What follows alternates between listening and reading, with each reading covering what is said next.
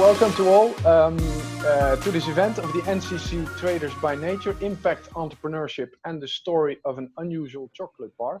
I'm Bastiaan Brouwens, I'm the Director of the Netherlands Czech Chamber of Commerce. Short introduction, the mission of the NCCC Traders by Nature is to connect people to create a sustainable, positive impact on well-being and prosperity. And Tony's Chocolonely is a prime example of doing just that.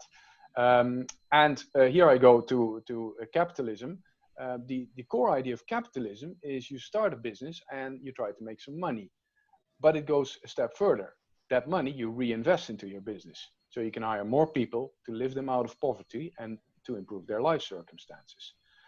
So money as a means to an end, not as the end itself, or as the end itself. So essentially, from the original core idea of capitalism, corporate social responsibility is at the heart of capitalism and is at the heart of any business idea. Now, we all know what happened next. Greed and consumerism got in the way, and those are the two that are now basically synonyms for capitalism. Especially now, in these trying times, we have the chance, all of us, to go back to the drawing board and solve the world's challenges, not only poverty, but also inclusion, equality, climate change, transformation from a linear economic model to a circular economic model.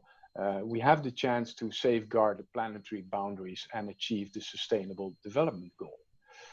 Now, so in my opinion, I am an economist by education. Tony's Chocolonely has started his business on the core idea of capitalism. So they started their business with the aim to eliminate slavery from the cacao trade. And not just for their own chocolate, for their own supply chain, but for the entire trade. So lifting people from poverty and improving their life circumstances.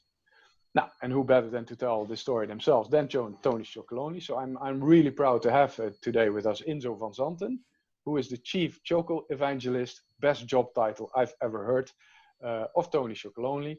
But he's also a TEDx speaker, a published author, and a board member and initiator of various organizations such as the Plastic Wheel and CO2 management. And Ynzo will share with us today the story of Tony's roadmap towards 100% slave-free chocolate and how everyone can join this movement and contribute. So once more, Ynzo, thank you for joining us today. Really great to have you here, and the floor is yours. Thank you. Yes, and already in introduction, you touched on so many things that normally tend to lead to a debate and on the bar for hours with me. Because indeed, I love to talk about capitalism and definitely the difference between, I would say, 20th century capitalism and 21st century capitalism. But I'll try to stay away from that. But trust me, if you scratch the surface, I'll dive into it directly. Excellent. I think because, and I'll touch upon that in the next 20 minutes. I think there shouldn't be such a thing as social entrepreneurship. I think, unfortunately, many entrepreneurs have become slightly confused over the last 2-3 generations, where indeed money became such an end goal for everything, or financial success became such an end goal, instead of seeing it as a means towards a goal, as you already just said. So I'd like to talk about Tony's Chocolonely, about what we do as a company, about how we do things as a company, but mostly why we even came to be as a company, because we were never meant to become a company. We were never meant to become successful in what we're doing, because we never really wanted to run a company. We just wanted to solve a problem that we ran into about 15 years ago. So I'll talk a lot about why we came to be, but I have an allergy for the constant Simon Sinek start with the why that we all use recently. Which then led to purpose economy or benefit economy, and then a lot of hype around that even. But I'll start by explaining a bit about the cocoa industry, so where we even came from, because I have no idea of the depth of knowledge of the people over there around cocoa. So let me give you a little bit of background, and I have a presentation for that. Let me see if I can quickly do this. Yes. I think you guys should see a full screen Tony's presentation now, right? Cool. Let me make my screen bigger again so I see you guys again, because it's much nicer to talk to an audience than to my own presentation. Cool. Okay. So chocolate and cocoa. I would tend to say chocolate is the solution to everything, right? Chocolate solves a crappy week, and chocolate makes you celebrate a great week. So it's the solution, the end-all solution to any problem in life, I would say. Just munch down on a bar of chocolate and you're good. But behind the sweet story of chocolate, there's a very bitter reality that still exists today that unfortunately still very few people know of. And that's something that we work hard on, and which is a basic part of our strategy as Tony, that we want to solve this awareness around cocoa. So let me give you a bit of awareness around the chocolate industry. So where does cocoa even come from? A bit of cocoa comes from Asia. A little bit of cocoa comes from South America, where originally cocoa comes from. But the majority of cocoa nowadays is grown on millions of tiny farms in Western Africa. There are no big cocoa plantations. These are 1, 2, 3, maximum 4 hectare size family-run businesses in Western Africa. Millions of them. The other side of the value chain is billions of consumers that just want to be able to eat a full bar of chocolate every day in their life without having to feel any sense of guilt. But in the middle of that value chain, it's really an hourglass model, we sometimes say. There's only a handful of companies that actually produce the chocolate in the world from the cocoa. So these are the big industrials like Cargill, Callebaut, or Callebaut, as we say in Dutch, and the better known brand names like Nestle, Mars, Hershey's, Mondelez, former Kraft Foods, Meiji. So it's not much more than 10 companies that would produce about 85-90% of all chocolate in the whole wide world. And it tends to be in the interest of these big choco players that the price of cocoa remains low. In our opinion, that price is inhumanly low. So how does that look? Of a bar that's sold on average on the Dutch shelves for €2.80, not much more than 15 or 16 cents actually goes to the farm that grows the cocoa. So that's about 5.5% of the retail value of a bar of chocolate. And that leads to the average cocoa farmer in Ivory Coast and their family members living off 72 euro cents available income per person per day. Now let that sink in for a second. 72 euro cents per person. That is way below the extreme poverty level that's stated for Ivory Coast at €1.79 per person per day, or the living income level that's stated at about €2.20 per person per day for Ivory Coast. It's way below that. And that inequality in the value chain leads to desperate problems in that value chain and in the lives of these cocoa farmers. Now, how does that look? 2 countries in Western Africa, Ivory Coast and Ghana, produce about 60% of all cocoa in the whole wide world. And that is grown on about 2.5 million farms.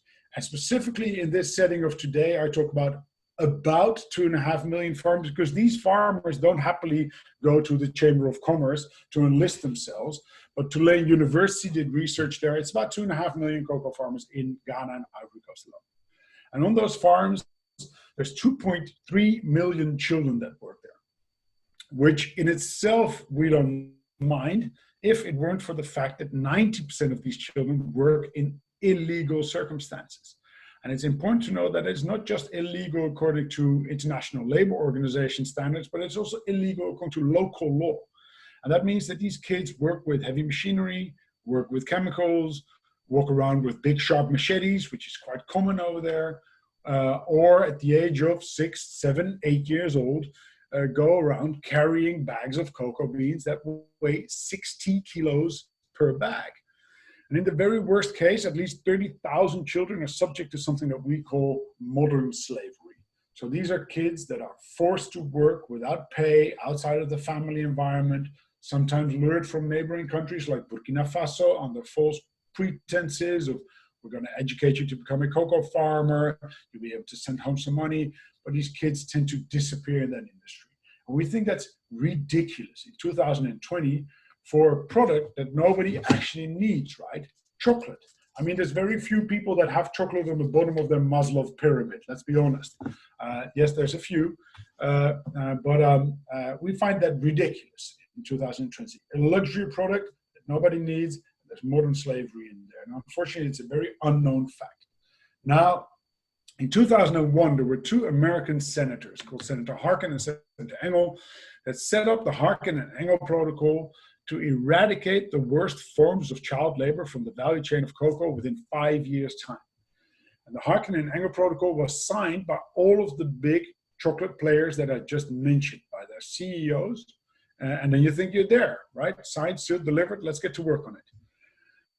But unfortunately, the Harkin and Engel Protocol was and is a so-called non-binding agreement.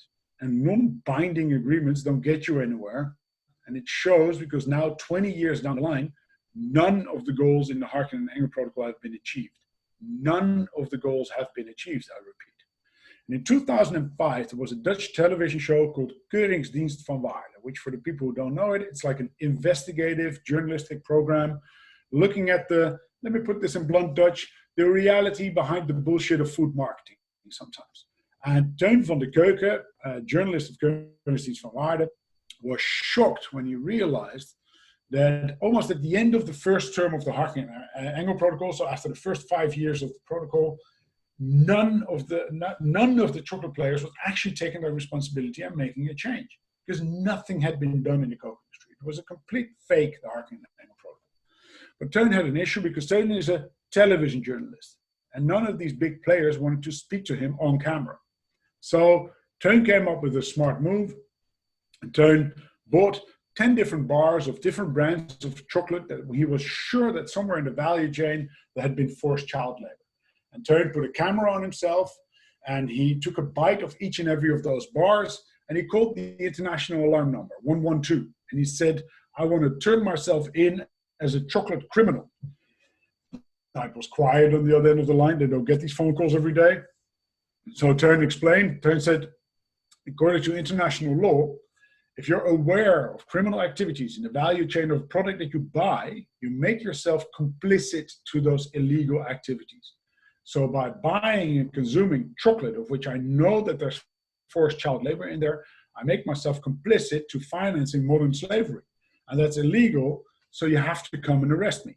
Now, Teun still wasn't being taken seriously, so Teun hired an expensive lawyer and had a court case set up against himself, which was a first for that lawyer, because normally they're asked to keep people out of prison. In this case, the guy got asked to get somebody into prison.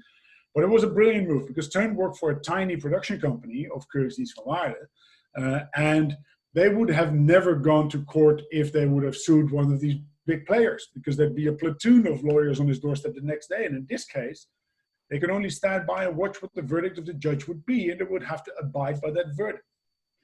Unfortunately, after a lengthy pre-trial, the judge said, Mr. van de Keuken, morally, you're completely right, but legally, I can't prosecute you, because I can't prove the causality between the chocolate that you ate and the beans that were picked by a guy that was a witness case, a former child slave called Choco Herman.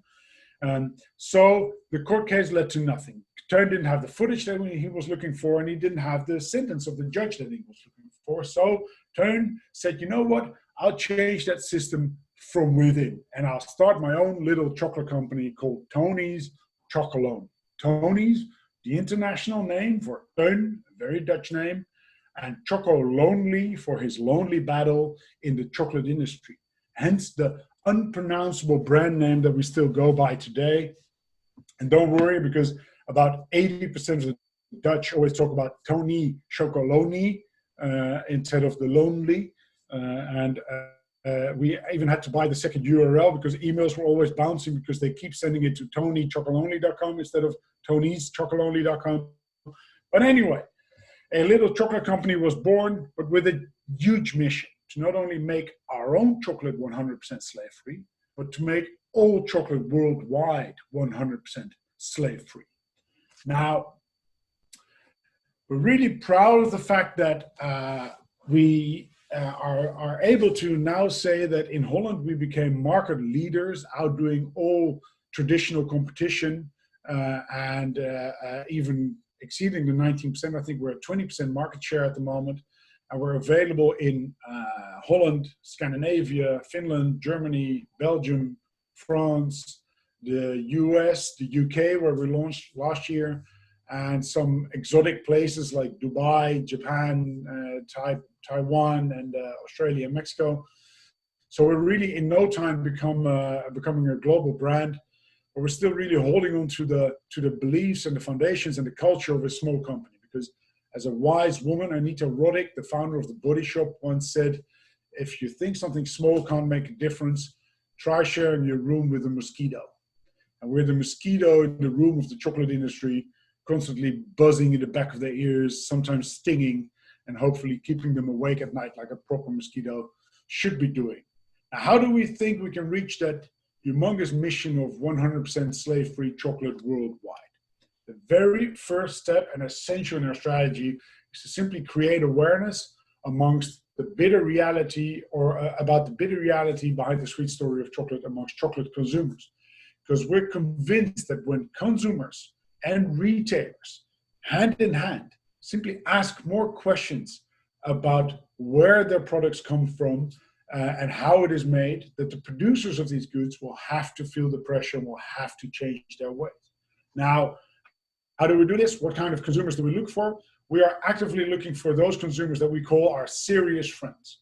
So those are the people that not just buy our chocolate because they like our chocolate, which is fine in itself, not just buy our chocolate because they like our mission, which is fine in itself, but those consumers that actively spread our mission amongst family and friends.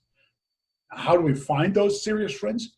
For example, 2 years ago, we opened a little store in the heart of Amsterdam, in the Beurs van Berlage, the historical center of Amsterdam, where if you ever think you've tried all recipes of Tony's Chocolonely, think again, because we installed a machine slightly illegally because the machine was 1 meter bigger than the basement of the Beurs van Berlage, so we had to break down a wall in the historical building that I think the oversight committee won't really like. But anyway, you can make 22,000 different combinations of chocolate and ingredients and your own wrappers and your own bars in that little store. Now, some people call this a very commercial enterprise, which is fine by me, because even though people call us a social enterprise, we're commercial as hell. But those people really don't see the historical context of our store being in the Beurs van Berlage, because our store is literally situated 1 floor down from the place where for hundreds of years cocoa beans were traded, because the Beurs van Berlage was the oldest stock exchange in the world. Now that store wasn't crazy enough for us, so last year we announced we're going to open our own factory. Now we bought the place already. It's De Vrede in Zaandam. And that is historically also, again, very nice, because we're bringing back chocolate to the place where chocolate used to be made in Holland, the Zaan area. And we bought the place, but for us, this factory will not primarily be just to make chocolate. It will be to spread the story of where cocoa comes from and what the issues in the cocoa industry is. So we said we want to get 500,000 people per year to our factory. Now, ladies and gentlemen, 500,000 people per year anywhere in the Netherlands, you're somewhere amongst the top 15 of tourist attractions. So this is going to be a great challenge. So for great challenges, we ask great consultants. And the best consultants we tend to think are our own children. So they said, Dad, maybe if you have a roller coaster go through your factory, then the people will come to the factory. So we're actually building a roller coaster through a historical building, which is a challenge in the Netherlands. And hopefully, that is my big dream, it'll also fly through our office, because it's also going to be there. So every 2 minutes, you can look in the eyes of people and see their utmost fear when they fly by your desk. I think maybe the ARBO regulations might be a bit difficult there, but we'll see. Hopefully next year we can go to the office there, and hopefully in 2 years' time we can actually open this whole factory and the whole circus and the whole event thing around it. I've seen the drawings last week. It's going to be really an amazing place. But all of this is, again, to emphasize, to create awareness. So we said, let's make sure, why are we opening this factory and why are we targeting all those serious friends? Well, this year we launched a petition to gather more than 1 million signatures worldwide, because with 1 million signatures, you can go to the government of the US and also all the individual member states of the EU and get on the agenda to really enforce lawmakers, but also organizations to abide by those laws when it has to do with due diligence, when it comes to human rights respect in your value chain. So really making sure that there are no human rights violations in your value chain. Hard work, I can tell you, to gather 1 million signatures, and maybe we'll extend the deadline with another year due to the times at the moment as well. We'll see. It's still it's on the horizon. Now, the second step in our strategy is to really show the industry that chocolate can be made in a different way. It can be made in a more social way, in a more sustainable way, in our opinion, simply in a better way. How? By following 5 sourcing principles that are key to that success, we think. The first one and the most important one is to make sure that you have full traceability in your whole value chain. Because cocoa was traditionally, or is traditionally, a so-called mass balanced product. So any chocolate maker, so that means that all cocoa beans are just thrown on a big heap called the world market, and you buy your beans from the back end of the world market. So if you confront any other chocolate maker, is there child labor in your chocolate? They can say, we don't know, because we simply don't know where the beans come from. They just buy it off the world market. Now, we think that's ridiculous. So we now work together with more than 6,600 farmers in Ghana and Ivory Coast. And why Ghana and Ivory Coast? Because the problem of forced child labor simply is the biggest there. We don't want to go around the problem. We want to solve the problem where the problem is the biggest. They're united in 7 cooperatives. We added 2 this year. And why is the direct relationship with the farmer so important? Because we can then pay a higher price for those cocoa beans directly to those farmers. So on top of the farm gate price, that is the traditional price that they get, we pay about a 20% fair trade premium on top of that. And on top of that, we pay an additional Tony's premium to really bridge the gap between that premium that they get and the living income reference price that we think the farmer should be getting to really be able to have a living income, which you can debate for hours. But in a sense, it comes down to that you're able to have a roof over your head, feed your family, send your kids to school, which we find essential in our strategy. And fourth, hopefully invest a little bit in your farms to get into this vicious spiral upwards instead of this constant spiral downwards. So we build long-term relationships. We help these farmers actively increase the productivity in their farms, but also increase the quality of the cocoa beans. I mean, when we started in Ghana 15 years ago, about 35% of the beans were unfit to make chocolate of. Now it's less than 1%. By simply helping them increase the quality of the product that they deliver. We also help the cooperatives that they're united in to have a stronger stand towards those buyers in the middle of the value chain that I just described, by giving financial management training and support on the ground, etc. Now, these 5 sourcing principles we say are essential to follow. The last step in our strategy is to actually inspire other organizations to blatantly copy our business model, our value chain model.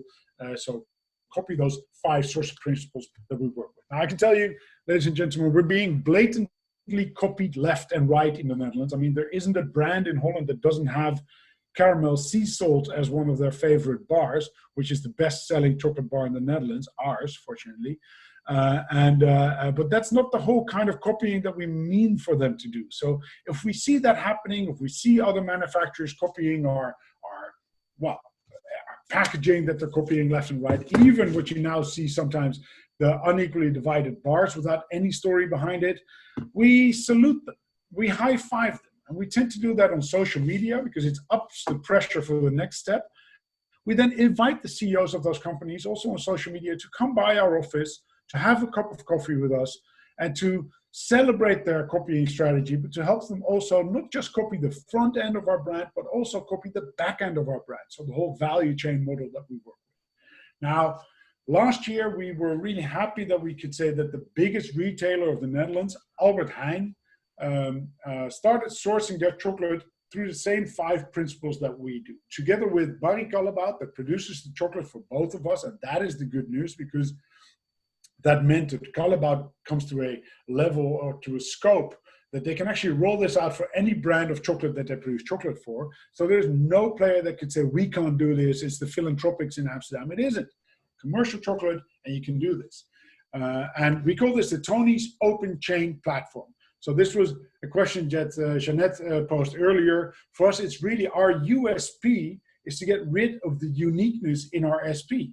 We want everybody to do this. And so last year I was sitting in a terrace with one of the biggest chocolate industrials in the world. And they said, but Ynzo, if everybody starts doing this, how can we still differentiate? And I looked at him sternly. I said, let's not differentiate based on basic human rights. Let's adhere to the basic human rights, and from there start differentiating on taste, on packaging, on communication, like we always used to do. And then from there, it's just a standard from where we work from. So we actively invite all chocolate producers, all retailers, other brands to simply adhere by those 5 sourcing principles, join us in the Tony's Open Chain platform, so we don't have to reinvent that wheel individually, everybody. Okay, let's see. So we could have become an NGO. We could have become an activist. We actively chose to become a commercial chocolate company, changing that system from within. And some people might classify us as a social enterprise, which in the beginning I thought was fine and great, because I like to inspire social enterprises and show them you can actually become market leader with your business. You can actually grow and you can actually be financially successful. But over the last few years, I started growing a little allergy towards at least calling ourselves a social enterprise, because we're commercial as hell, and we just think that enterprises have become confused over the last 2-3 decades. Financial success is a means towards an end. The end is crystal clear for us. It's 100% slave-free chocolate worldwide. And for example, so we take pride in having a lower net profit and having a more equally shared value chain by having that lower net profit. I mean, the banks wanted us to make about 25 to 30% net profit. We're fine with making 4 to 6% net profit. But mind you, we've been growing 50% year on year over the last 15 years. So then having a lower marginal profit is not much of a problem. Okay. We always say we're crazy about chocolate, but we're serious about people. Now, we're pretty damn crazy about chocolate. I mean, as I said, 15 years ago in the Netherlands, you had 4 types of chocolate: milk, white, dark chocolate, and something with nuts sprinkled into it or something.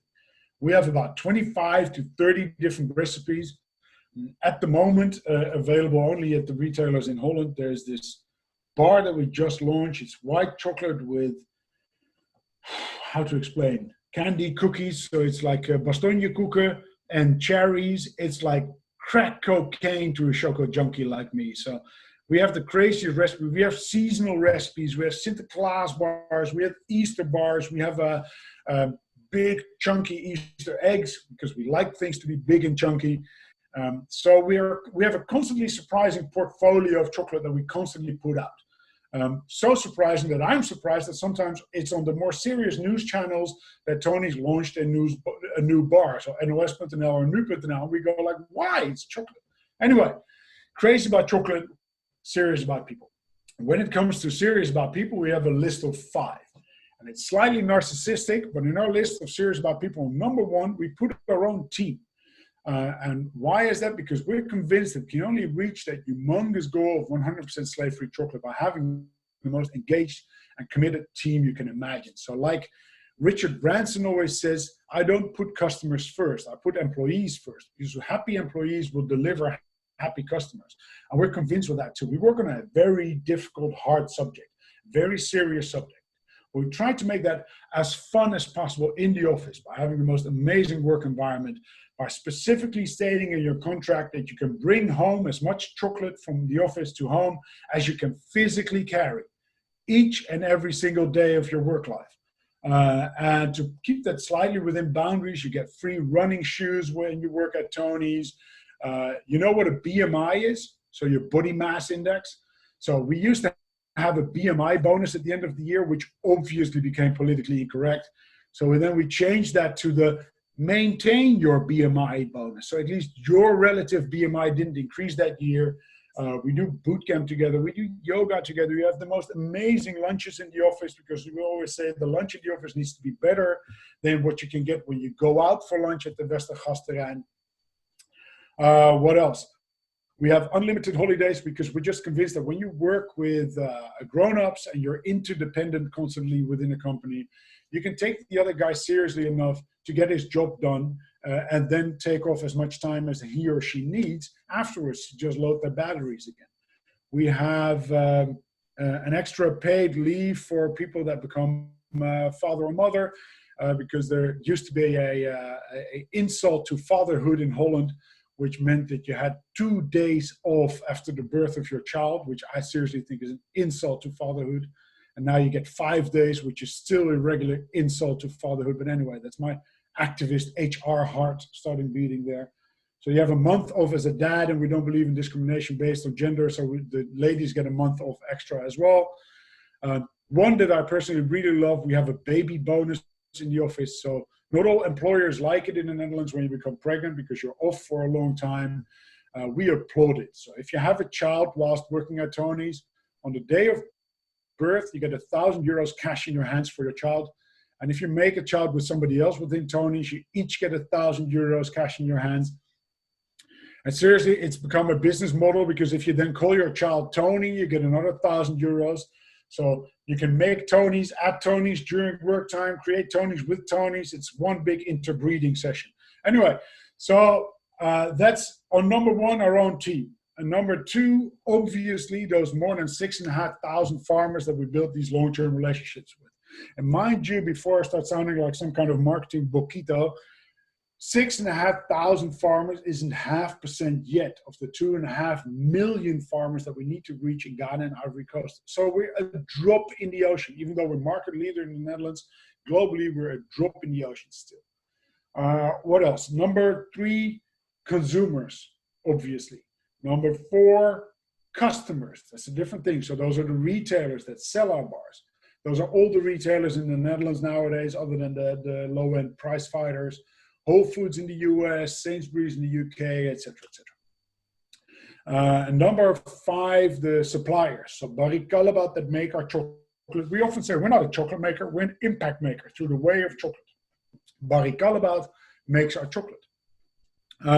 So if you hear this list about, serious about people, if you hear this story about how unequally divided the value chain of cocoa has always been, it's weird to realize that chocolate bars over the last decades or even centuries have always had this utterly boring, perfectly divided, almost Excel spreadsheet kind of shape, right? And really boring chocolate companies, and I won't mention any names, but sometimes they tend to be even purple cows. They would put their brand name on each and every block individually, just in case a consumer might forget halfway through a bar what brand or bar he or she had been munching on all that time. Now, we thought that was a bit boring, so we made our bars unequally divided. And I can tell you in the first few weeks, this was a decade ago that we started doing this, first few weeks we had hell to pay. The inbox was full of complaints, the phone was ringing off the hook, because we were the first that ever would make this chunky bar so unequally divided and very unbreakable at times. Unfortunately, in the beginning of this year, we had a little girl who sent us an email saying she had broken her thumb breaking a bar of dark chocolate. Obviously, we loaded her with an annual supply of chocolate. Very sorry for that. The most epic complaint we once got was from a mother sent us an email saying, my kids used to live in perfect harmony, and then you guys come up with this unequally divided chocolate bar. And there's arguing all day long about who gets what block. Well, that lady and all other people that had a complaint, we tried to get in touch with them individually. We tried to phone them up to explain why we had made our bar unequally divided. For the people who aren't familiar with it, I think it's in my slide there too. I have one here open. Because our bar tends to tell the story of the unequally divided chocolate world in its purest form. Our bar actually becomes a discussion piece. If you open a bar of Tony's after dinner or wherever you open a bar of Tony's next to somebody that doesn't know this story, you're going to have to tell this story. Why? Because that person will ask you, why is that thing so annoyingly unequally divided? And that is the whole purpose, because we never spent a single cent on paid media. We became market leaders without spending a single cent on any form of advertising, online, in papers or on television, none. It's all been word of mouth through our brand ambassadors, so to speak, in marketing terms. So what is nice for you people now that you're becoming brand ambassadors is that not too many people know that we managed to hide the map of Western Africa in our chocolate bars. Because some people think it's randomly divided like that, but it's not. This is actually the map of Western Africa, where from left to right you have Ivory Coast and Ghana, and then I'm hopping to the right because absolutely for free to get today. I'm going to give you an extra anecdote coming up. There's Nigeria and Cameroon, and in the middle block, there's actually two completely independent and sovereign states called Togo and Benin.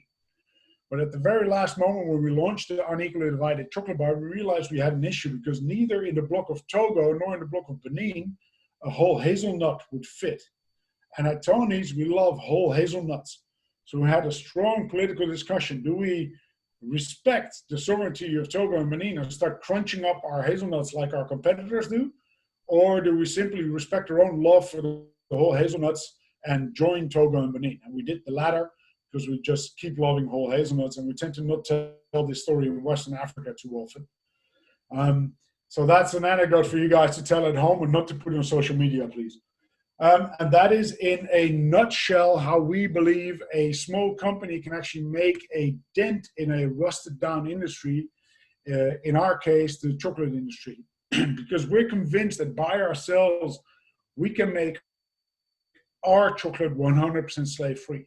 But you never hear us saying that our chocolate is 100% slave-free, because that is not what we are about. We are about, together with the industry, together with the farmers, together with the consumers, together with governments, really make sure that all chocolate worldwide becomes 100% slave-free. Now, as a wise French guy once said, once you know something and you're aware, you cannot unknow that. And when you're aware, you become responsible. So the very next time you might find yourself in front of a chocolate shelf in a supermarket, desperately looking for that piece of bliss to celebrate a great week, or maybe fix a crappy week, just realize that each and every purchase you make, and in this setting, I would say each and every business decision you make is a vote for the world you want to live in yourself. Thank you very much. Let me try to kill my presentation, and then here, stop sharing. And then we're back in a lovely little group together, and I'm open for any question or criticism. I love that too, that you might have. Well, feel free to shoot. Let me start, Ynzo, by thanking you for, I mean, I'll be very honest, I thought I knew the story. I had no idea. Very, very impressive. And Bastian, really... let me tell you, I've been doing this for a couple of years. I actually had my assistant look up the amount of times I had told this story. It's somewhere between 500 and 1,000 times. And in the beginning, I thought, okay, people will get bored with this story, but you will not imagine the amount of times that I hear people actually say this. You know, I knew there was something about you guys that was sustainable or fair trade, but I had no idea about this background. So that is why I keep always wanting to tell this story, after which you can grill me whatever you like. Yeah. All right. Okay. I'm always happy to be part of a majority, so I'm very good. But you know, this is just a very impressive story. I would like to give the word to Christian because he has a question. Christian, go ahead. Hi. So thank you so much for the presentation. I hope you can hear me. Yeah. It was fantastic. I know you guys from the Netherlands. I studied there at Erasmus University in Rotterdam. Love the chocolate, especially caramel. It's brilliant. So I see that a lot of businesses, I want to go a little bit more general in the beginning, a lot of businesses are launching, say, socially responsible products and services. And I want to know, why is it that you guys have succeeded and become a global success in comparison to many that don't make it so much? You mentioned that you don't spend a cent on advertising. What was it that made you successful? Was it the press, were it the ambassadors, the mission, the brand? What was the biggest factor that really got you global and helped you beat competition in the Netherlands within 8 years' time? There's a multitude of possible answers there. First of all, let's not neglect the factor luck and timing. It's not always smart moves that get you there. There tends to be a lot of luck and timing as well. But having said that, and also not wanting to sound pretentious that I would know the end all of how to become successful, I think there's a couple of factors to our success. One, it's a very blind focus on this purpose that we have. It's a complete focus on the 100% slave-free chocolate and our mission in Western Africa. So almost daily, I get asked for stuff, or we get amazing business opportunities, and I think our success comes from not diving into those opportunities, but sticking to what we do best, which is make chocolate bars. So in the end, we have 3 products. We have big bars, we have small bars, and we have the tiny Tonys, and that's it. We have a multitude of packaging around that, but that is our focus. Instead of chocolate spreads, chocolate sprinkles, T-shirts, and other opportunities. And having this purpose first and foremost, 100% slave-free chocolate. How does this enforce our mission is the question we always ask. 2 is maintaining this ridiculous focus on company culture and team. So even when times get tough, so in the last 8 weeks, and we were forbidden to keep using the words strange times, because everybody's always talking about in these strange times. Anyway, but in these strange times, I'm happy to take the fine for that one internally. We still keep this focus on keeping the team happy and engaged and in touch with the team. And so it's really about this culture, about the values that we live, about the friendship that we have internally, which I'm often challenged by entrepreneurs that say, yeah, but I mean, I need to make a profit first, right? And then I say, but having a focus on your team doesn't always mean money. Yeah, it's effort, and it's true on it. And then I think there's 3 entry points towards Tony's. One is the portfolio of chocolate that we have. So you can have a very sustainable product that tastes like shit, and then people won't buy it again, right? So we try to make the nicest chocolate that you can get. I will never say we make the best chocolate in the world, but I would argue that we make the nicest chocolate on shelf in the supermarkets. I mean, there's bound to be some chocolatier in the mountains of Switzerland somewhere that makes better chocolate than we do, but not the most surprising bars that you can find on shelf in your everyday supermarket. That is one side. So we keep surprising people by having the most amazing chocolate bars that we come out with. 2 is the way we package and communicate. So it's a very equal form of communication. It's not a top-down corporate speak by a big industrial. Like we try to really engage with our consumers online and through our packaging. We print the inside of a wrapper simply because it was a piece of paper that you could still print, tell a story there. Do a lot of online engagement with our consumers, and also have a very humble approach to that, right? You never hear us say we do things right. You hear us say we do a lot of things wrong. I mean, a wise guy, Winston Churchill, once said, success is going from failure to failure without losing enthusiasm. And that is, I think, where a lot of our success comes from. And then a third is that mission of ours. People really engage with the fact that you can indulge yourself with a lovely everyday product like chocolate and still doing something good for the society and the world around you. So it's a combination of these factors that I think has led to our success. And then it's also the consumer response that they were obviously waiting for something like this when it comes to timing. And we often challenge, is our zero paid media strategy the right strategy still, right? Because in Holland, we had this television show that we launched from. And will that also work in the UK? Will that also work in the US? Up to now, it has. And the UK has been a tremendous success. I mean, we launched last year, January, and we thought we were going to make about 850,000 euros revenue in the first year. We did 3.2 million in the first 9 months, right? Because obviously people were there waiting for something like this too, right? Which isn't there. And the US is a bit of a bigger challenge. I mean, it's not a country, it's a freaking continent. And there's a lot of work to be done there, but even there we grow 5-fold every year. So there's many factors to our success, but if I were to give key lessons, it would be focus on your mission, focus on your team, focus on your product. Yeah, perfect. Thank you. And just want to say that I think a lot of students and young entrepreneurs should get this or should use this as a use case. because like you said, social entrepreneurship is a huge hit right now, but it has the wrong core foundations. And let's try and focus on the right mission, but do everything to be nonprofit.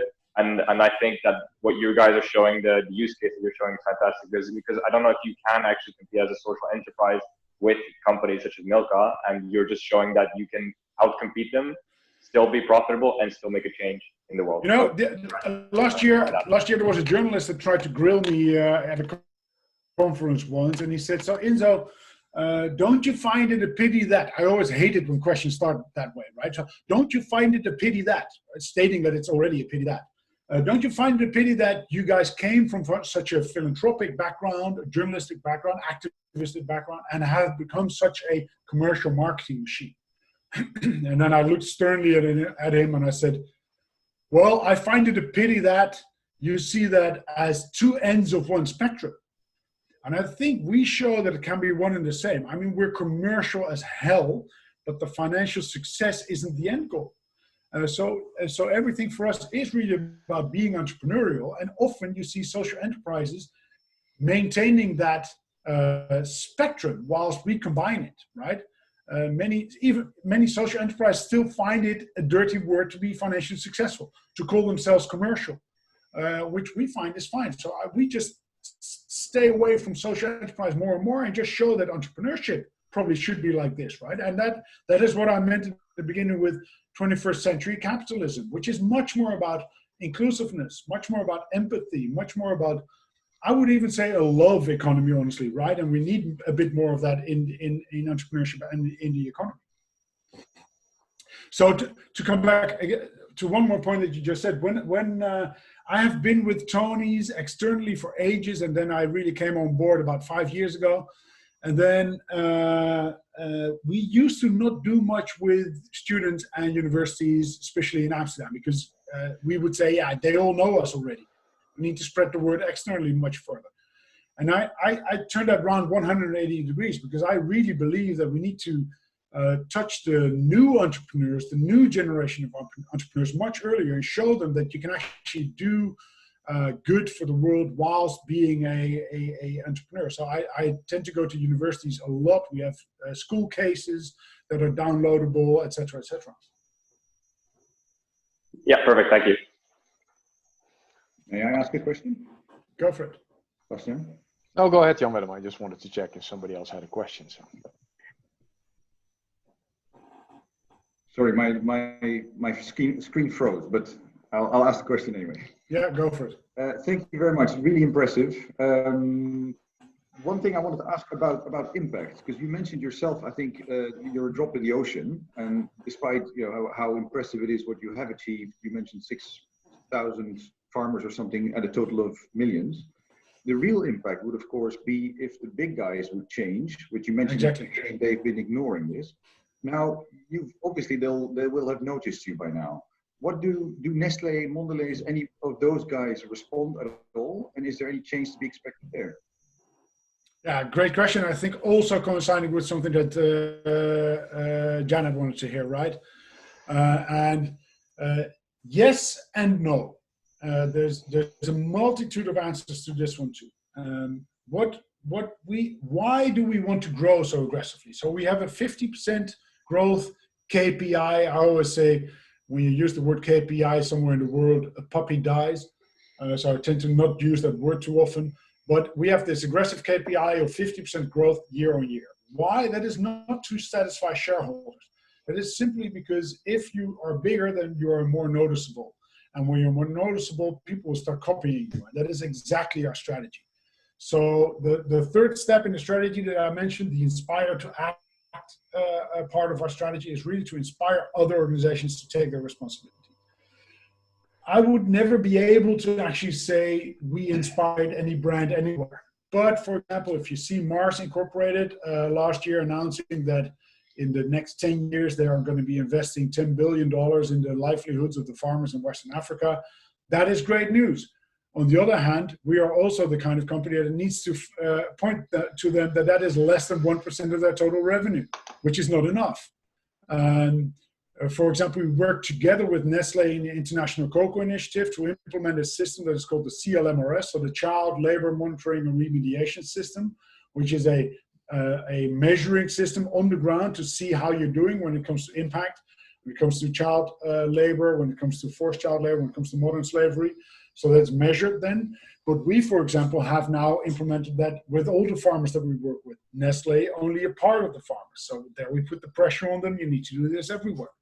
When you see other players that say we pay a premium on top of the farm gate price, we say yes, but your premium is $35 on a ton of cocoa. We pay $600 on a ton of cocoa premium. That's a world of difference. And still that isn't enough to get those farmers to a living income.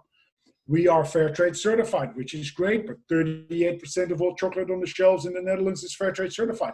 And nothing has changed on the ground in Ghana and Ivory Coast. There's a report coming out pretty soon, which was already leaked a couple of weeks ago. We think conveniently in the peak moment of Corona, so that nobody else is focusing on this report, unfortunately. So we have a gut feel who has leaked that report, which is that the things in Ghana and Ivory Coast have even increased when it comes to child labor. That's mostly because due to the increased demand on chocolate over the last 10 years. So there's nothing changing effectively on the ground yet. It is in relative terms though. So for example, Teun van der Keuken, the journalist that more or less launched Tony's, is quite critical. He has over the last couple of years said, Tony's, you should stop because nothing is changing on the ground. Well, I would say if my kids are drowning in the pool, I don't stop draining that pool. I work harder even to drain that pool. So our idea is that we work even harder towards that mission, and we see movement. I mean, a very wise Indian guy half a century ago said, first they ignore you, then they laugh at you, and then they fight you, and then you win. I think we went from being ignored to winning quite quickly in the Netherlands, and our strategy is simply do the same with the other countries and make sure that we're so noticeable that everybody will have to start copying us. And if you look at issue awareness, which is something that we're, for example, I'll dive into that, Janet. Sorry, my answers are quite lengthy. I told you my nutshells are really big. Where was I? We see that we are influencing the other players. We see that movement is happening, but the movement isn't happening fast enough to really make a change on the ground in Ghana and Ivory Coast.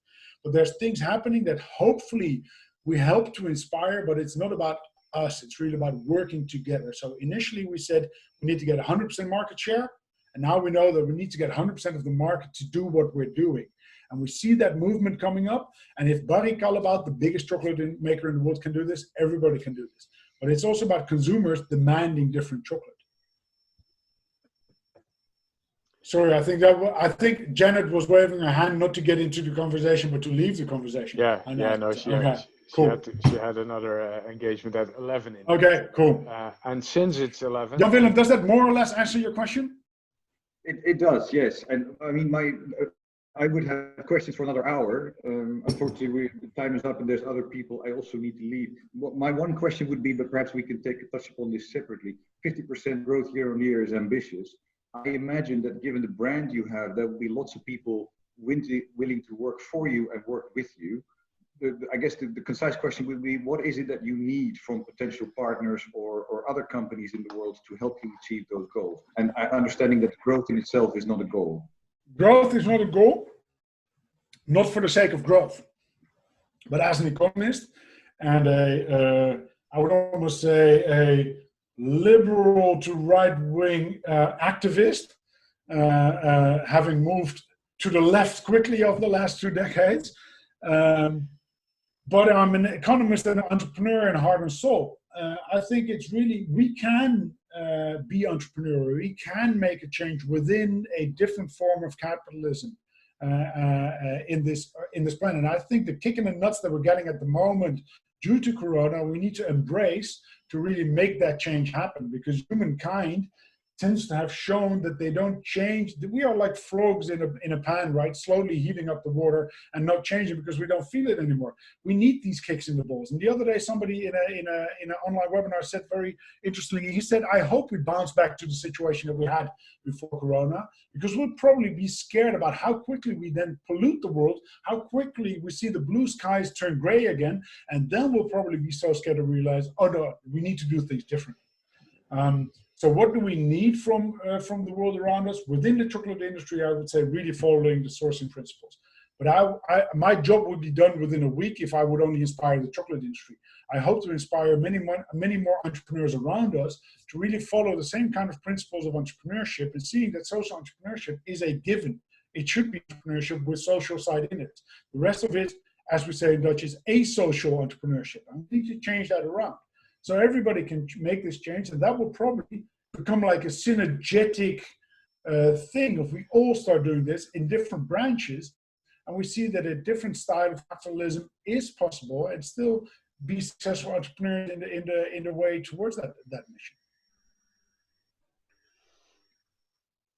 Well, I couldn't agree more. How are we in terms of timing? Well, we are 3 minutes past 11, so I would suggest if there are no other questions anymore, well, there are, and as Jan Willem also rightly said, we can talk about this for hours. And feel free to shoot them towards me by email, on social media, etc., etc. Yeah, so if anybody needs contact to Ynzo, please let me know, and I will happily share it with you so you can get in contact with him directly. For now, Ynzo, I would like to thank you very much for your very inspiring story today. Learned a lot. And gave us a lot of inspiration for not only for the rest of this day, but for the future, basically. I would also like to thank participants of today. And please join us again on our next events, which will still be online, but hopefully after summer we can all meet again in person and share good stories like the one Ynzo just shared with us. So thank you, Ynzo. Thank you, participants, and wish you all a good day today. Bye. Bye-bye.